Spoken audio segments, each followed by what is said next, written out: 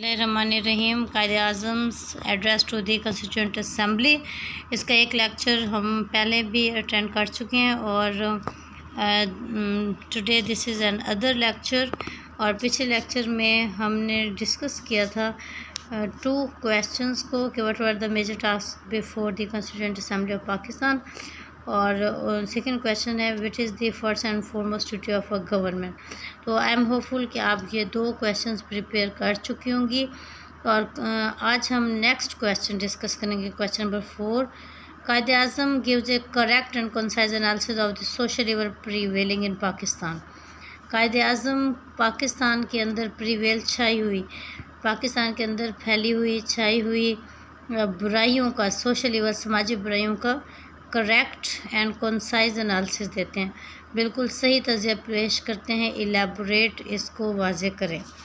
तो ये क्वेश्चन है जो आज के हम इस लेक्चर के अंदर डिस्कस करेंगे होपफुली इंशाल्लाह। सो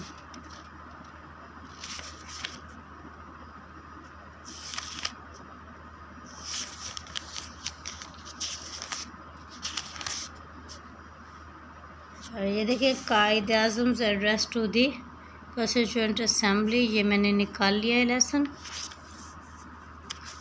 और ये देखिए ये बुक है a selection of modern English prose, a selection of modern English prose, और उसमें से ये chapter Quaid-e-Azam address to the constituent assembly, ये सेकंड चैप्टर है जो हम डिस्कस कर रहे हैं, कायद-ए-आज़म का सेकंड चैप्टर और उसका सेकंड लेक्चर है। ये देखें, ये पेज नंबर आप नोट कर लें, पेज नंबर 12 और इसका थर्ड पैराग्राफ, जिसमें हमें आंसर मिलेगा सोशल इवल का। The second thing that occurs to me is this, one of the biggest curses from which India is suffering. I do not say that other countries are free from it, but I think our condition is much worse is bribery and corruption. तो पहली बुराई social evil जिसका कायद-ए-आज़म जिक्र कर रहे हैं, जिसमें India involve है, उनके मुताबिक वो है ब्राइबरी, रिश्वत एंड करप्शन, बदउनवानी, मतलब हर गलत काम जिसमें डिसऑनेस्टी हो उसको हम करप्शन कहते हैं। हर ऐसा काम जो आप ऑनेस्टली ना कर रहे हो तो हम कहते हैं कि ये करप्शन हो रही है, और जो करता है उसको करप्ट कहते हैं। तो रिश्वत और बदउनवानी ये बड़ी बुराइयां हैं। That really is a poison, Quaid-e-Azam इसको कहते हैं पॉइज़न, जहर, क्योंकि जिस जिस्म में जहर चला जाए तो वो ख़त्म हो जाता है, वो जिस्म मर जाता है। तो जिस मुआशरे में ये दो बुराइयां फैल जाएं उसकी भी डेथ हो जाती है, स्पिरिचुअल डेथ हो जाती है।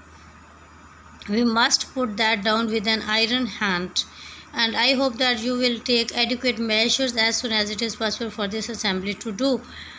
तो मेरे ख़्याल में इस असेंबली ने इस मसले को हल करना है आयरन हैंड के साथ, सख्ती से इसको कुचलना है, और इसके लिए एडिक्वेट मेजर्स लेने होंगे, यानी काफ़ी इक़दामात करना पड़ेंगे।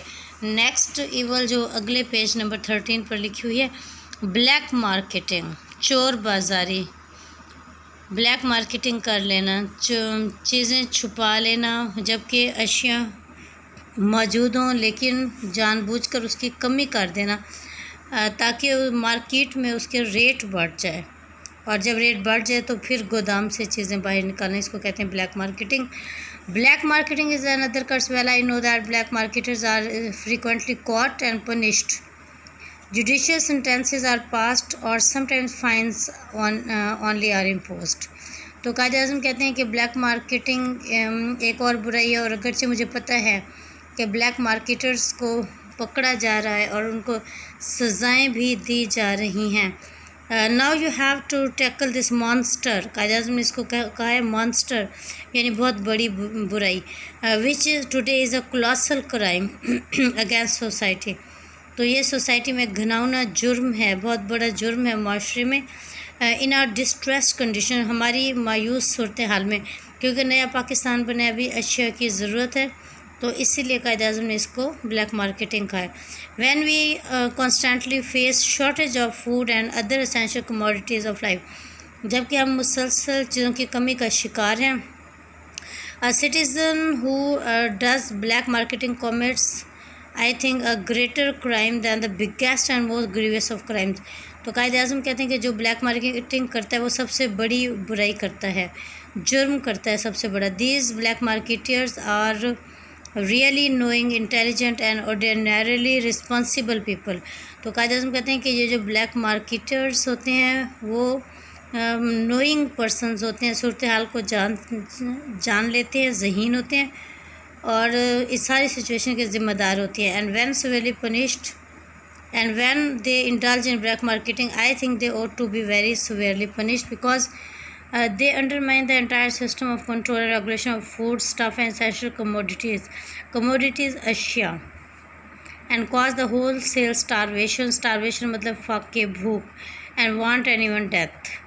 तो ये अशिया की कमी का बाइस बनते हैं ब्लैक मार्केटर्स, और यहाँ तक कि बहुत बड़ी तादाद में फाके का बाइस बनते हैं, और फिर खुराक की कमी, वांट मतलब कमी, और यहाँ तक कि लोगों की डेथ का भी ये बाइस बनते हैं। तो ये ब्लैक मार्केटिंग की बुराई डिस्कस हो गई, और आगे देखेंगे जॉबरी और नेपोटिज़म को डिस्कस किया गया। अकरबा परवरी, रिश्तेदारों को नवाजना और अपने ओहदे का गलत इस्तेमाल करना नेपोटिज़म होता है। जॉबरी होता है अपने रिश्तेदारों को ही सारे ओहदे दे देना। The next thing that strikes me is this here again, it is a legacy which has been passed on to us. तो ये भी एक विरासत की तरह हमारे पास आई है, मतलब हमारे इंडिया में हमारे बड़ों में ये बुराई थी और अब हमारे माशरे में भी यही बुराई है।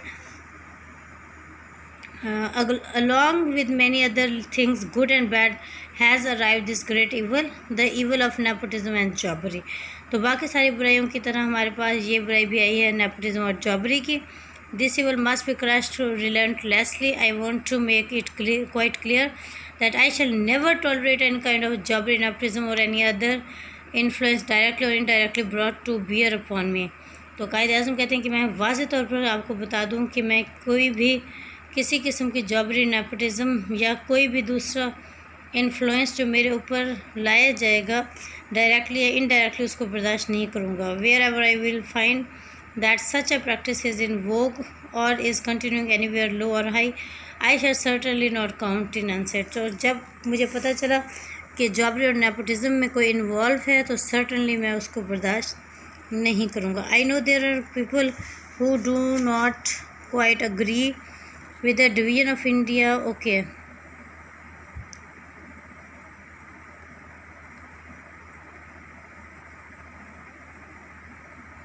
चले इसमें अगले नेक्स्ट पैराग्राफ में कायदा बता रहे हैं कि कुछ लोग हैं वो इंडिया की तकसीम को फेवर नहीं कर रहे थे, लेकिन जैसे जैसे वक्त गुजरेगा उन्हें एहसास होता जाएगा कि ये डिवीज़न बहुत ज़्यादा ज़रूरी थी और इसके बहुत फ़वाइद हमारे सामने, एडवांटेजेस हमारे सामने आएंगे। तो इस पैराग्राफ में ये बात डिस्कस की गई है, तो आप पढ़ना चाहें तो आप इसको पढ़ लीजिएगा।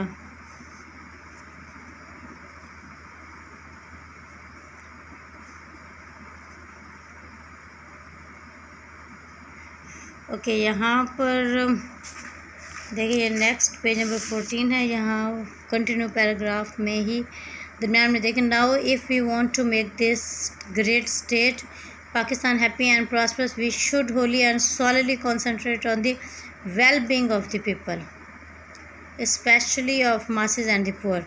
तो कायद-ए-आज़म कहते हैं कि हमें इस स्टेट के अंदर मासेस अवाम को कहते हैं, पुअर गरीब लोगों को कहते हैं, तो अवाम और ख़ासकर गरीब लोगों की खुशहाली पर हमें तवज्जो देना होगी। और इक्वल राइट्स की इसी पैराग्राफ के एंड में कायद-ए-आज़म ने बात की है कि किसी भी शख्स के कास्ट, कलर और क्रीड से हट कर उसको देखना पड़ेगा, रंगो, नस्ल और ज़ात की परवाह किए बग़ैर, और तमाम सिटीज़न्स को इक्वल राइट्स मिलेंगे इस स्टेट के अंदर। इससे आगे जो पैराग्राफ है उसमें आप देखें, I cannot emphasise it too much, we should begin to work in that spirit and in course of time all these angularities of the majority and the minority communities, the Hindu community and the Muslim community, because even as regards Muslims, you have Pathan, Punjabi, Shia, Sunni and so on.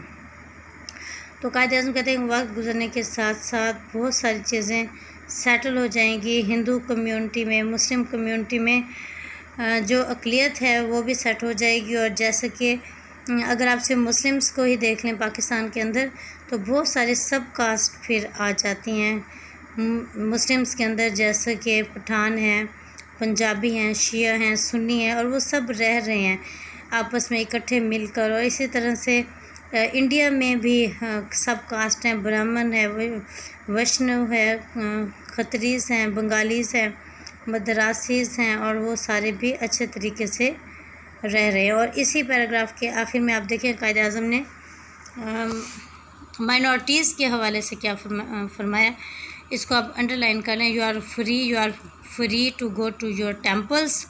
Temple वो गिरजा घर कहते हैं सिखों का, या हिंदुओं का जो मंदिर होता है उसको भी टेंपल कहते हैं। तो आप आज़ाद हैं, आप अपने टेंपल में जा सकते हैं। You are free to go to your mask.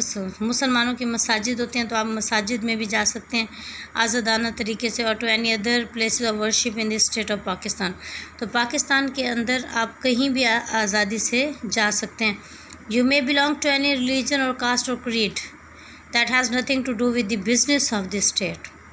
तो बिज़नेस ऑफ द स्टेट रियासत के काम से रियासत के काम में कोई रुकावट नहीं है, चाहे आप किसी भी मज़हब से, ज़ात से, कलर से बिलोंग करते हो। As you know, history shows that in England conditions some time ago were much worse than those prevailing in India today.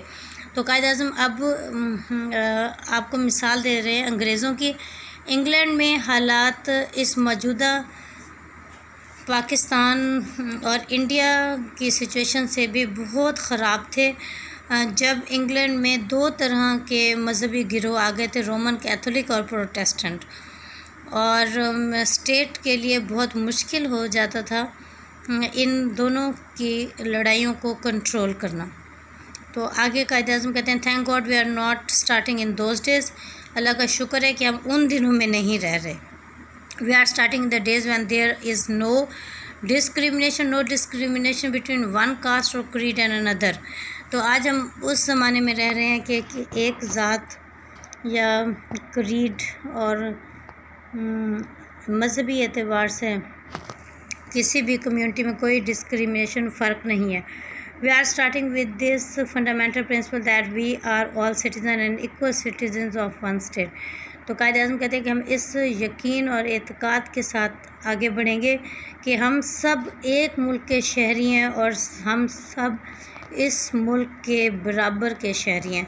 चलिए, यहाँ तक कायदे आज़म की स्पीच ख़त्म हो गई है। कायदे आज़म बहुत बड़े लीडर थे और हमारे लिए इंस्पिरेशन का बाइस हैं। तो ये चैप्टर क्लोज़ हो गया है। और कॉन्स्टिट्यूएंट असेंबली को जो उन्होंने एड्रेस किया, वर्ड्स के मीनिंग ज़रूर याद कर लीजिएगा, और वोकैबुलरी और जो भी न्यू वर्ड्स आपके सामने अपीयर होते हैं उनको ज़रूर याद कर लीजिएगा। समरी इसकी प्रिपेयर कर लें, क्वेश्चन के आंसर्स। और मैं आखिर में बस इस लेक्चर को क्लोज़ करूँगी इस क्वेश्चन के साथ कि जब पाकिस्तान बना था 1947 में, तो उस टाइम जो बुराइयां जिसका नोटिस कायदे आज़म कह रहे हैं कि हमें लेना पड़ेगा, जो बुराइयां माशरे में फैली हुई हैं, इसमें ब्राइबरी और करप्शन है, नेपोटिज़म एंड जॉबरी है, ब्लैक मार्केटिंग है।